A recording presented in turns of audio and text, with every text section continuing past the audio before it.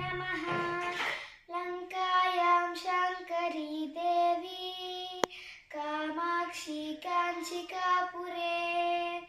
प्रद्युम्ने शृङ्खला देवी चामुण्डी क्रौञ्चपट्टने अलम्पुरे जोगुलाम्बा श्रीशैले भ्रमराम्बिका कोल्हापुरे महालक्ष्मी मुहुर्वे एकवीरिका उज्जयिन्यां महाकाली पीठिक्यां पुरुहूतिका